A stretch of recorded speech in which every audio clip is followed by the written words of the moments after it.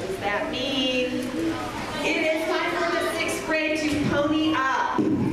Here is your question. Where does the name Utah come from? 6th grade.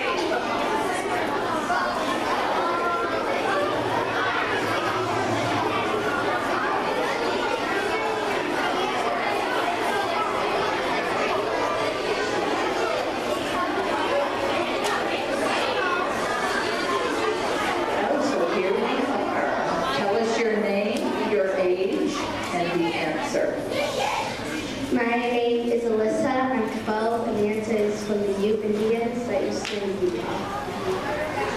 That is yes.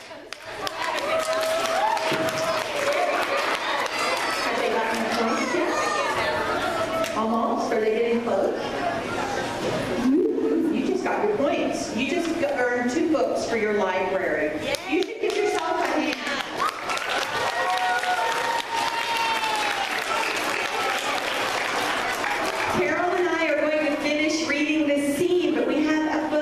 Question, and this is for anyone, and that's going to come up on the screen here just pretty quick, okay? So get ready for it.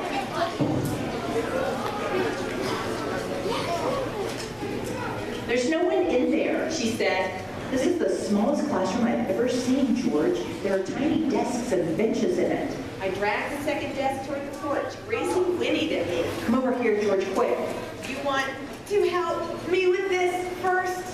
She didn't move, just stood at the edge of the porch staring at something. If she had been a hunting dog, she would have pointed. What's the matter, I said. Look over there. She said. She tipped her nose up. Across that big field. I looked down onto a field of grass. A dirt road ran around it. Mr. Pritchard's school sat on one edge of it. Next to the road, I saw a church and some other wooden buildings.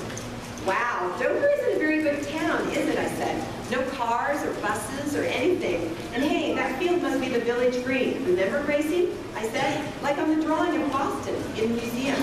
But Gracie wasn't really listening to me. She nodded. That's where all the noise is coming from. A small crowd of people had gathered in front of a red brick building.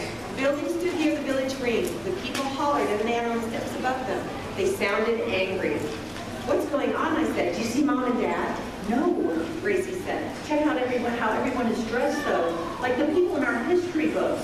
You know, the chapter on The Revolutionary War, I said. Gracie looked at me. I looked back at Gracie. War, she said. Gracie was right. The men all wore tights, and the women wore long dresses and caps on their heads. The guy on the steps had a green scarf over his nose and mouth. He held up his hands to quiet the crowd. The prisoners will remain in jail until they have a trial, He said in a loud voice. My heart sped up. Maybe that's what Mom and Dad meant when they said they're trapped, I said to Gracie. They're in jail. Gracie whinnied and stomped. Mom and Dad in jail? You can't, oh, that's your one. You can't do that, Mr. Rodney. Someone in the crowd said. These men are Tories. Mr. Rodney said. They're on the side of the British. The people got real loud now. Someone threw a rock. It hit Mr. Rodney in the shoulder. That made me jump back. Whoa, I said. Oh, Mr. Rodney, Gracie said. You better run. She pawed the ground.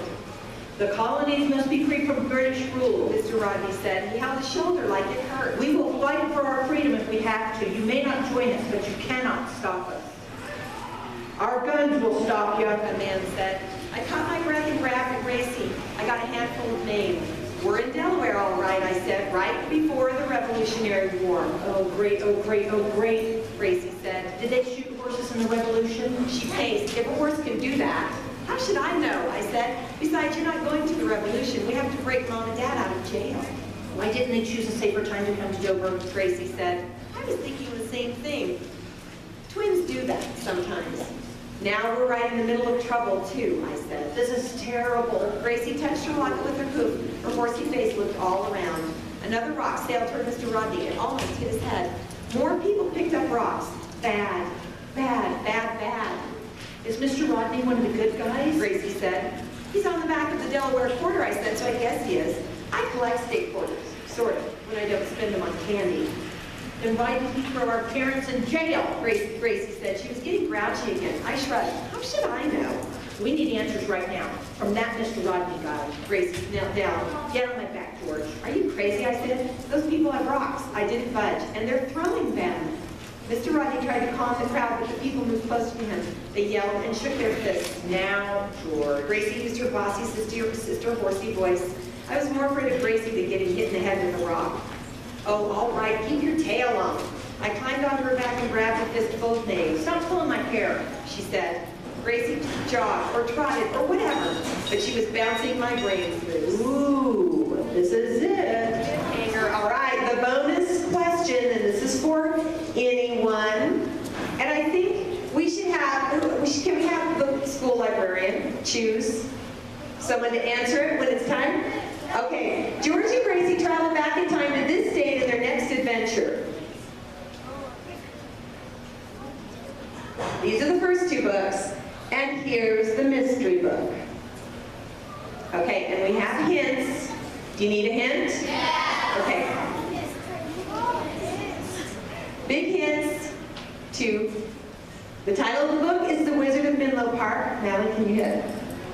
And the wizard is a famous scientist.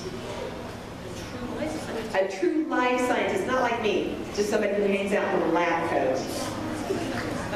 Do you need another hint? Somebody's got her hand up over there. She's saying she doesn't need a hint. Right there. Did you see her? No? Okay. Next space bar. Bigger hints. Another. Just keep hitting it, please. Where is Menlo Park? That's the last. This date was the third state to ratify the Constitution on December 17th, 1787. Those are your only hints. Okay, right over here.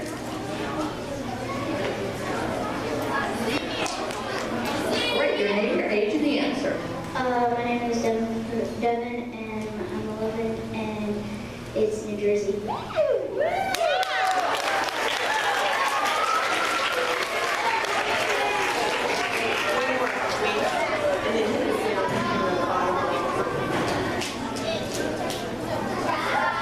Okay, Amelia Earhart School, you got 10 full-on points. That's 2 more than you needed. This sounds like a game show. And we are finished with our presentation and have a few minutes, like maybe 3 minutes for Q&A. Paige, I don't know how you want to handle that.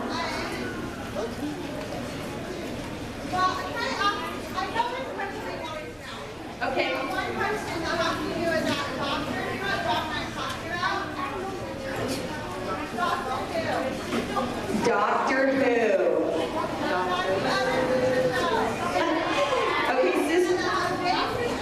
Mrs. Drum wants to know if Carol and I have ever seen the show Doctor Who, because some of you, I guess, were wondering if we stole the idea of a time machine from Doctor Who. Hey, do any of you watch Doctor Who? Raise your hands. Wow. Okay, here's the thing. I think I might have watched about a second of Doctor Who. So I have not, I wouldn't recognize him in a lineup. Well, and I think Carol and I, neither one of us would recognize him in the lineup, because if I'm not mistaken, the character changed yet again this year, didn't he? Doesn't he always change characters? Every, like, what, year almost? I've seen part of the old Doctor Who, and I've seen the first episode of the new Doctor Who, but that was just this last year. Sorry, I'd like to say yes, we stole the idea from Doctor Who, but we didn't even know anything about him before that. Good question, Mrs. Drum. And we don't steal.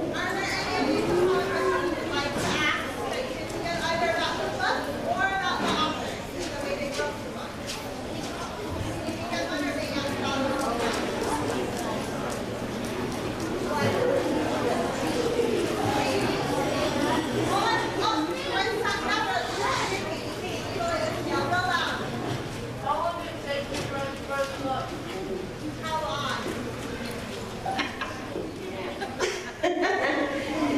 8.3 years. You know, actually, we started writing this in about the year 2000. And the first 2 books came out in this last September, in 2013. But it didn't take us that long to actually write the books. That's just how long it took us to get up to get them Well, I guess publish, yeah, to find a good publisher. So I would say that the first book, we draft our books in about 3 months, but that's a really rough draft. And then it takes us another month or 2 to revise them. So I would say these books probably take us anywhere from 5 to 6 months, depending on the book. Book 3 took longer. It was a hard one. The Wizard of Menlo Park was hard for us. And during this time, we're both writing other things. So it's not like we just have full concentrated time just on this series. Good question. Very good. Okay, well, that's a really good question. One that is burning inside their heart. Ivy, what do you want to know? How did they get it published? Oh, How did we get the book published? Really? that's That's a good question. super good question. Well, when you usually do something like this, you have an agent. Cheri and I both have the same agent. His name is Steve Fraser. He lives in New York. And we had met an editor at a different publishing house than the one that we ended up with. We took the book to her. She loved the idea. Our agent represented us and sold the books for us, but we actually didn't love working with that publisher. And so the books would come out years before, had the little guy with the in the brown truck, not fun lost. He's still riding the bicycle around trying to bring us a contract. That's an inside joke. But then we found another publisher and we went to him ourselves and we talked to him. And he was interested in publishing. So we went searching for somebody that we thought would love the book. And then our agent helped us. Gotta get an agent, kid. Yeah. Nowadays, you do have to have an agent. You're right, Mrs. So Drum. if you want to help the book which you could do, there are authors who get published, 6th grade. What? Need an agent. Okay, got it right. What encouraged you to write a book in the first place? Not this book, just to write books. Oh, just in general. You know what? Some people are just natural storytellers, I think. We'll finish this question. Sorry, that's the time's up button. And if you come from a family, how many of you come from a family who like to tell stories, any kinds of stories, when you get together at Christmas or just around the dinner table even, or just hanging out? Thanks, Madeline. That's right, and that's where it starts.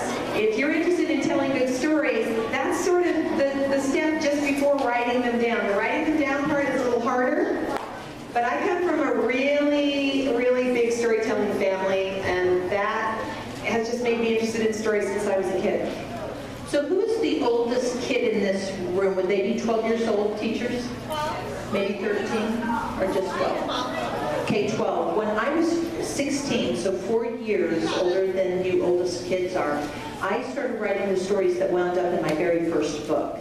And if I had known what to do, I probably could have gotten that book published, but I had no idea. So I just wrote, and then we talked about rewriting and asked myself those questions, why and what if. And eventually we found my publisher, my first publisher. Okay? I think we're good. And we want you to keep your papers, and we want you to write one more thing on your papers. You ready? Get your pencils in the air. We're gonna write one more thing. One more thing on your papers. Many of you asked a lot about Crow and how he came up with him. Well, we have a good friend who just seemed like a crow to us. And his name is actually Crow, C-R-O-W-E. And he's actually a really nice guy, but he's a terrible prankster. So to get back at him, we made him our villain in our books.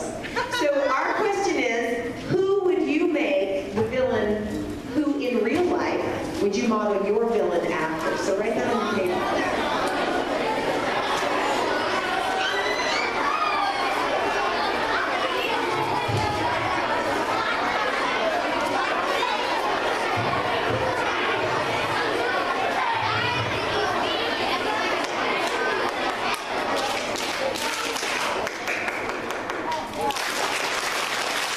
Okay, here's what we were thinking we could do. Teachers, if you know you've got students who have brought money to